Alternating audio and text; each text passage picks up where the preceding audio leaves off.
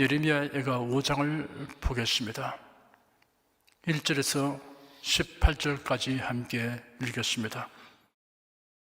여호와여, 우리의 당한 것을 기억하시고 우리의 수욕을 감찰하옵소서.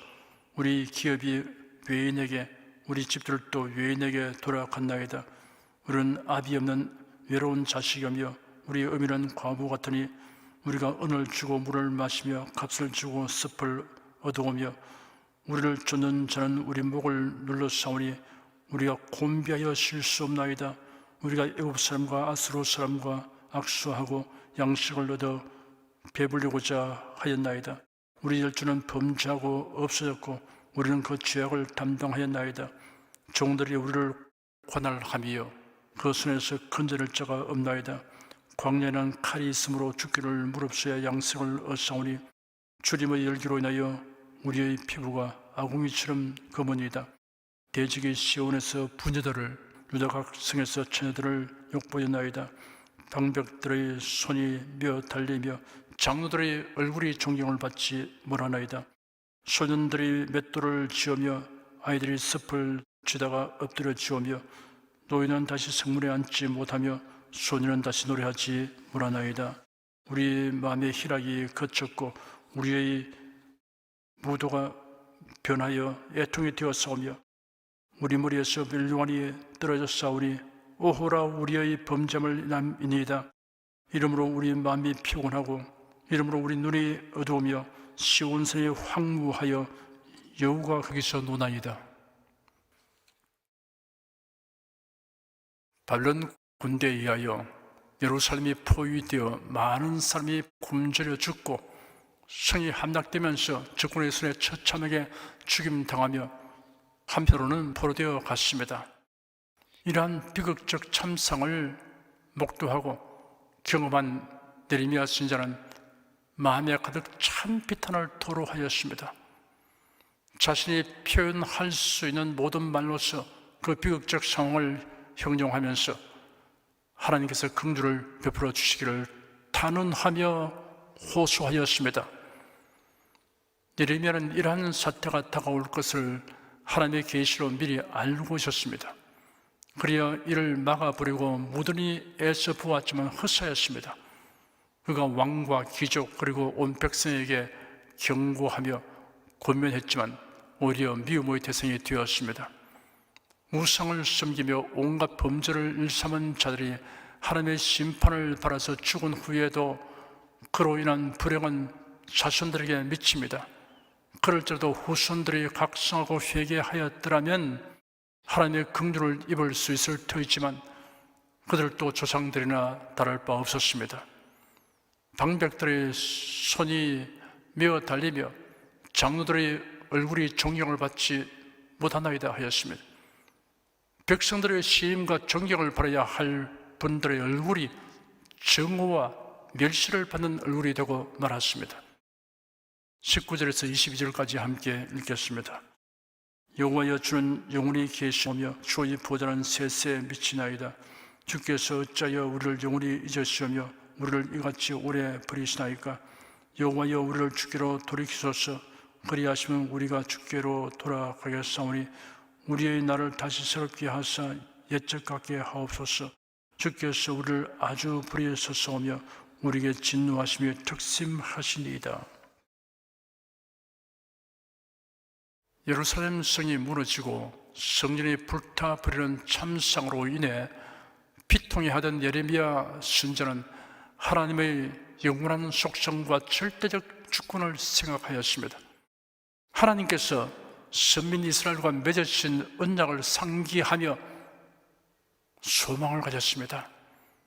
만일 남은 자들이 회개하고 하나님께로 돌이키면 하나님께서 다시 회복시켜 주시기를 간구하였습니다. 하나님을 향한 회개는 몇 가지 요건이 있습니다. 자신이 범죄했다는 것을 인식해야 합니다. 에덴 동산에서 인류 최초의 살인 사건이 발생하였습니다. 가인이 동생 아벨을 시기 질투하여 들로 불러내어 쳐 죽였습니다. 하나님께서 가인에게 네 동생 아벨이 어디 있느냐라고 물으시자 가인이 대답하기를 모릅니다. 제가 제 동생을 지키는 사람입니까? 라고 대답하였습니다. 그러자 하나님께서 네가 무엇을 했느냐? 네 동생의 핏소리가 땅에서부터 내게 부러지고 있다 라고 말씀하셨습니다. 하나님은 자비하셔서 서로 죄를 범하였을지라도 긍휼을 베푸시기 원하십니다. 하나님께서 가인에게 네 아우 아벨이 어디 있느냐? 네가 무엇을 하느냐? 라는 질문에 이러한 자비가 나타나 있습니다. 아벨이 어디에 있는지, 가인이 무엇을 하였는지 몰라서 하는 질문이 아닙니다. 이런 가인이 자백하고 회개할 수 있는 기회를 주시려 하는 뜻이 담긴 질문입니다. 죄인은 하나님 앞에 자신의 죄를 인정하고 통회해야 합니다. 시편 51편 17절에 하나님의 구하시는 제사는 상한 심령이라 하나님이여 상하고 통회하는 마음을 주께서 멸시치 아니하시리다 하였습니다. 요한일서 1장 10절에 기록되기를 만일 우리가 범죄하지 아니하였다 하면 하나님을 거짓말하는 자로 만드는 것이니 또한 그의 말씀이 우리 속에 있지 아니하니라 하였습니다. 자신이 죄인이 아니라는 사람에게는 복음을 전하면 화를 냅니다. 예수쟁이들은 무슨 죄를 그렇게 많이 지어서 날마다 회개하느냐? 나는 죄를 짓지 않았으니 더 이상 내게 와서 회개 소리 하지 마시오 라고 말하는 이도 간혹 있습니다. 나는 하나님께 죄를 지은 적이 없으니 하나님의 심판과 지옥 형벌 따위는 나와 상관이 없다 하는 사람은 구제불능입니다. 책임 전가하지 않아야 합니다. 아담과 하와가 하나님의 명령을 거역하고 선악과를 따먹었습니다. 범죄한 아담과 하와는 하나님의 기척과 음성을 듣고 피하여 숨었습니다. 범죄하기 전에는 하나님의 기척과 음성을 듣는 것이 즐겁고 행복했으나 범죄 후에는 두려웠습니다. 하나님이 아담을 부르시며 네가 어디에 있느냐라고 물으셨습니다. 하나님께서 아담의 숨은 장소를 몰라서 묻은 질문이 아닙니다. 죄인을 회개케 하여 구원하시려고 하는 의도를 가지신 질문입니다. 하나님은 냉정하고 무자비한 분이 아니십니다. 아담을 부르시는 하나님의 음성에는 연민의 정이 가득했을 것입니다. 아담이 대답하기를 내가 동산에서 하나님의 소리를 듣고 내가 벗었으므로 두려워하여 숨었나이다 하였습니다. 아담이 하나님을 피하여 숨은 근본 이유는 벗었기 때문이 아니라 불순종하여 선악과를 먹었기 때문입니다. 아담의 이 대답은 어설픈 변명입니다. 하나님께서 아담에게 누가 너의 벗었음을 네게 구하느냐? 내가 너더러 먹지 말라 명한 그 나무 실과를 네가 먹었느냐? 하시니 아담이 대답하기를 하나님이 주셔서 나와 함께하게 하신 여자 그가 그 나무 실과를 내게 주므로 내가 먹었나이다 하였습니다. 하나님이 여자에게 네가 어찌하여 이렇게 하였느냐 하신 여자가 대답하기를 뱀이 나를 꿰므로 내가 먹었나이다 하였습니다. 아담은 자신이 하나님의 명령을 어겼다는 것보다 자신의 벌거벗음과 수치를 더 생각하였으며 자신의 범죄보다 원인 제공자를 더 의식하였습니다. 하나님은 아담의 죄악감을 일깨우기 위하여 누가 너희 벗음을 네게 구하였느냐라고 말씀하셨으며 또한 그가 하나님의 명령을 거역하여 선악과를 먹었는가를 물었습니다. 아담과 하와 두 사람은 자신이 불순종한 것을 말하지 않고 모두 책임 전가하는 말을 하였습니다. 아담은 하나님이 주셔서 나와 함께하게 하신 여자 그가 그 나무 실과를 내게 주므로 내가 먹었나이다 하였으며 하와에게 책임 전가하였습니다. 하와가 주면 먹어야 한다는 법은 누가 만들었습니까? 아담은 하와를 주신 하나님에게 책임 전가하였습니다. 하나님이 주셔서 나와 함께하게 하신 여자 그가 그 나무 실과를 내게 주므로 먹었나이다 라는 말에는 제가 요청한 것도 아닌데 무엇 때문에 저희 갈빗대로 여자를 만들어 돕는 배표로 주셨느냐라는 의미를 내포하고 있습니다. 하와는 뱀이 나를 꿰물어 내가 먹었나이다 하였습니다. 뱀에게 책임 전가하였습니다. 여기에도 하나님 왜 뱀을 만드셨습니까? 라는 의미를 내포하고 있습니다. 아담과 하와는 불순종의 죄 플러스 책임 전가의 죄 플러스 원망의 죄, 이렇게 삼중죄를 지게 되었습니다. 책임 전가로 범죄가 해결되지 못합니다. 애국을 떠난 이스라엘 자손들이 시내산 아래에 당도하여 그곳에 장막을 치고 머물렀습니다. 모세가 하나님의 부름을 받고 시내산에 올라갔습니다. 그런데 여러 날이 지나도 내려오지 않았습니다.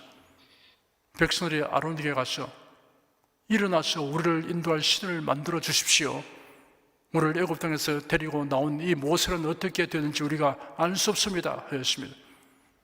아론 지도자로서 무능함을 노출시켰습니다. 지도자는 예와 아니오를 분명하게 말할 수 있어야 합니다. 타협적인 방법이 필요할 경우도 있지만 원칙을 무너뜨려서는 안 됩니다. 결코 타협해서는 안 되는 것이 있습니다. 그러므로 확고부동하고 분명한 지도 이념이 있어야 합니다. 아론은 백성들이 우리를 인도할 신을 우리를 위해 만들라는 요구에 대해 너희 아내와 자녀의 귀의 금고리를 빼어 내게로 가져오라고 요구하였습니다. 아론은 백성들이 내어놓은 금으로 송아지 형상을 만들었습니다. 백성들은 금 송아지 형상을 보고 이스라엘아, 이는 너희를 애굽 땅에서 인도하여 낸 너희 신이로다 하였습니다. 이스라엘 백성들은 하나님을 금송아지라는 형상 위에 거하게 하려는 잘못을 범했던 것입니다. 백성들은 금송아지의 우상 앞에서 먹고 마시며 일어나서 뛰놀았습니다. 산에 오른 지 40일이 지나서 내려온 모세가 경노했습니다. 책망하는 모세에게 아론은 백성의 책임으로 돌렸습니다. 책임 전가한 것입니다. 예수님을 재판했던 빌라도는 예수님의 죽음과 자신과는 아무 상관도 없고 그것은 오직 군중의 책임이라고 손을 씻으면서 책임을 전가했습니다. 그러나 이러한 책임 전가로는 결단코 죄를 용서받지 못합니다. 신자가 시험에 들은 이유는 결국 원인이 자신입니다. 시험하는 자가 있다고는 말할지라도 시험 들었다고는 하지 말아야 합니다. 죄책감으로 인하여 자책하는 것은 회개가 아닙니다. 가론저는 예수님과 다른 제자들이 겟세마네 동산으로 가서 기도하는 동안 대장들과 백성의 장로들이 대기시킨 하속들을 데리고 예수님 계신 곳으로 인도하여 체포하게 하였습니다.